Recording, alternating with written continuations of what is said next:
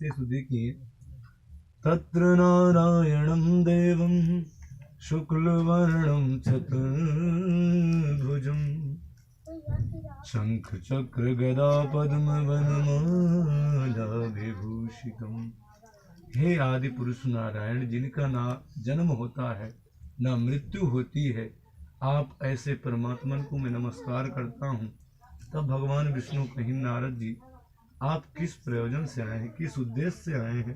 तब नारद जी महाराज कहते हैं कि प्रभु, मैं उस दिव्य धरा पर गया था जहाँ पर आपने साक्षात कृष्ण के रूप में आए, राम जी के रूप में आए। तो मैं उस धाम में गया हूँ। जब से आप वहाँ से लौटे हैं तब से वहाँ चारों तरफ क्रांति मच गई है, अशांति ही अशांति है। तब भगवान विष्णु से निवेदन कर, प्रभु आप कुछ तो कृपा करिए, नहीं तो व्यक्ति के कष्ट कैसे दूर होंगे। एक भक्त भगवान से प्रश्न किया महाराज से कि भगवान कैसे प्राप्त होंगे। भगवान किसी धनिक को प्राप्त होंगे, किसको प्राप्त होंगे? तब संत कहते हैं कि यदि धनिक को प्राप्त होना होता तो शबरी कभी स्नान करती थी, कभी नहीं कर पाती थी, भीलनी थी, जाति की अत्यंत नीच थी, ऐसे मतलब हमेशा हिंसा व हिंसात्मक पशुओं को मारने वाला काम करते थे, भील लोग थे। तो उसको कैसे प्राप्त हो गए भगवान? केवट को देख लीजिए, भगवान प्राप्त हो गए। 5 वर्ष का बालक ध्रुव, उनको भगवान मिले। तो भगवान कैसे प्राप्त होते हैं? केवल प्रेम से। हरि ही साधते भक्त्या प्रमाणम तत्र गोपिका। प्रेम से बड़ा इस दुनिया में कुछ नहीं है, ज्ञान भी नहीं है, यहाँ तक कि प्रेम सबसे बड़ा है ना। तो भगवान विष्णु कहते हैं कि नारद जी, जो आप प्रश्न कर रहे हो इसका मैं उत्तर बता रहा हूँ, आप श्रवण करें। सत्यम भगवान के व्रत को जो श्रद्धा और भक्ति से श्रवण करता है उसको मनोवांछित फल अवश्य प्राप्त होते हैं, है ना। अब चूंकि अब इस कलिकाल में इसका प्रभाव कम क्यों हो गया, थोड़ा सा हम विचार करें, है ना। तो इसमें हमारे पास क्या आता है, बहुत सारी हमारी ही कमियां हैं जो हम पूर्ण रूप से शांत चित्त होके कथा श्रवण नहीं कर पाते। एक बार जब कथा श्रवण करने के बाद एक प्रेत को जब मोक्ष की प्राप्ति हुई कथा सुनने से, मैंने नारद जी महाराज ने प्रश्न किया था सनकादिक ऋषियों से कि महाराज ये बताने की कृपा करें कि कथा सुनने से क्या श्रद्धा और भक्ति उत्पन्न होती है कि और कुछ होता है, पापियों के पाप भी जाते हैं। तब सनकादिक ऋषि कहते हैं कि ये मानव पाप कृतस्तु सर्वदा सदा दुराचार्यता विमर्गा। जिसने जीवन भर पाप किया है अज्ञानता में, है ना, जिसने जीवन भर मार काट हिंसा गलत रास्ते में चला है और मरने के बाद भी जो प्रेत बन गया, वो भी यदि ध्यान से कथा सुन लेगा तो उसकी मुक्ति हो जाएगी। इस आत्म तत्व का जैसे ही बोध होगा सो ही परमात्मा की प्राप्ति होगी। तो स्वामी तुलसी बाबा कहते हैं कि निर्मल जन मोह सोही भावा मोहि कपट छल छिद्र न भावा। तो भगवान श्री रामचंद्र जी कहते हैं कि जो निर्मल मना है वही हमें प्राप्त करता है। सुने तो यह भी बोले हैं भैया आप दक्षिणा, आपके अंदर सामर्थ्य नहीं है कि आप जो दक्षिणा देता है उसको आप दक्षिणा चढ़ा सकते हो। जो तो हमें सब चीज दे रहा है, भला हम उसको क्या दे सकते हैं बदले में। धन्य है कि हम अच्छे से बोल पा रहे हैं, हंस रहे हैं, चल फिर रहे हैं, ये क्या कम है कि अपनी वाणी से भगवान का नाम गा लें, है ना। तो ये जीवन सार्थक हो जाए, वरना क्या जाना है इस दुनिया में, कुछ भी कर लो। एक बहुत बड़े धनिक वर्ग के हुए, अमेरिका के थे, अपने जीवन भर उन्होंने इतना कमाया पैसा कि पैसा ही पैसा, जब मरने लगे तो अपने सामने केवल पैसा देखते थे, इतना पैसा। तब उन्होंने अपना अनुभव लिखा, बोले मैंने एक चीज अनुभव किया कि इस दुनिया में पैसा के पीछे बहुत ज्यादा मत दौड़ो, पैसा उतना कमाओ जितने में आपका गुजारा अच्छे से चल जाए, आपका नेम प्रेम बना रहे, माता पिता की सेवा होती रहे, घर परिवार अच्छे से चलता रहे, यही जीवन का आनंद है। सबसे मिलजुल कर रहें, लड़ाई झगड़ा ना हो। यही जीवन का असली आनंद है, भगवान का चिंतन बना रहे।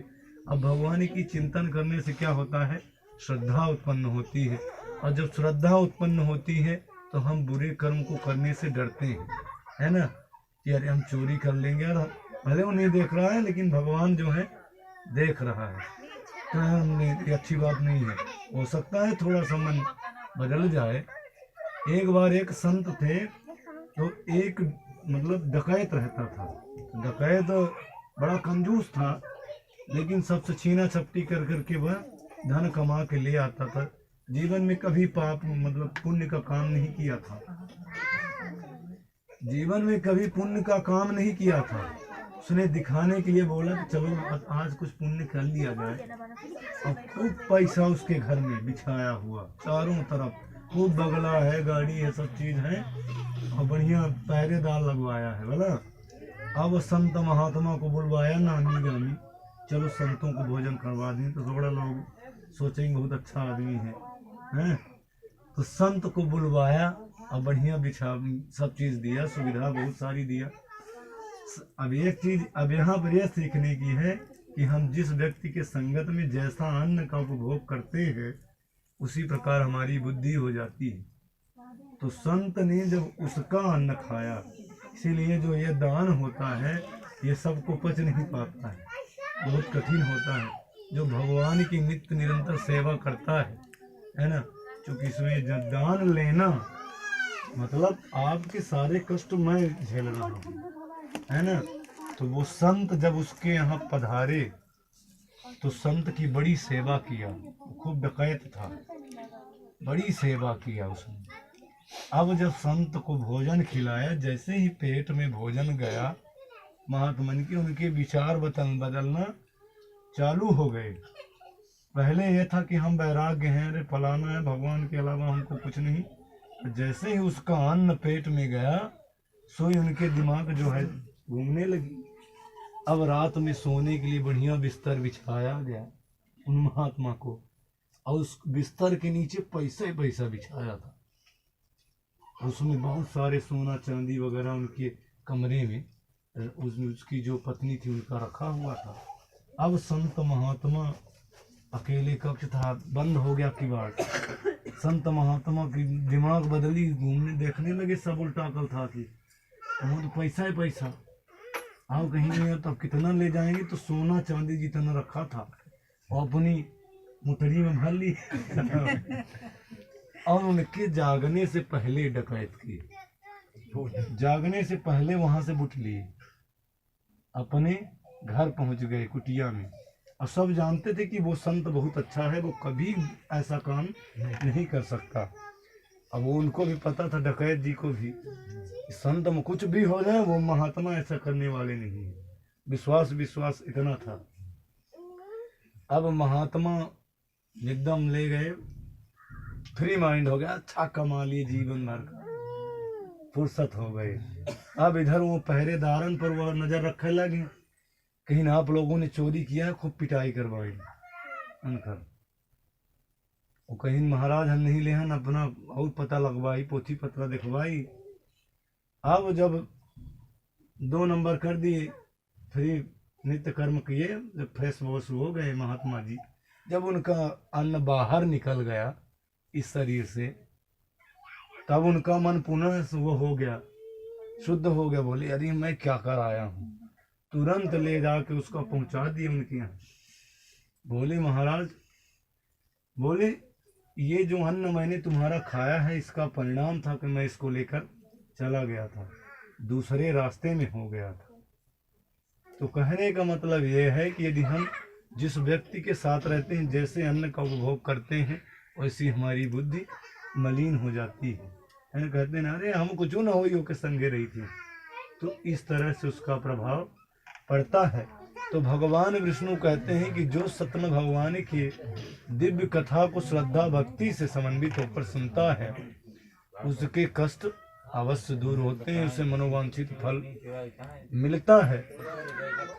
तो मैंने एक कथा सुनाई थी कि नारद जी महाराज जब प्रश्न करते हैं, सनकादि ऋषि कहते हैं कि प्रेतात्मा भीतर जाता है। तो जब प्रेतात्मा के लिए 7वें दिन भगवान का विमान आया लेने के लिए, तो जो कथा सुना रहे थे निवेदन करने लगे, बोले महाराज ये बताएं, आप ले जाइए उस प्रेत को, हमें कोई दिक्कत नहीं है। उसने कथा श्रवण किया, लेकिन इतने हजारों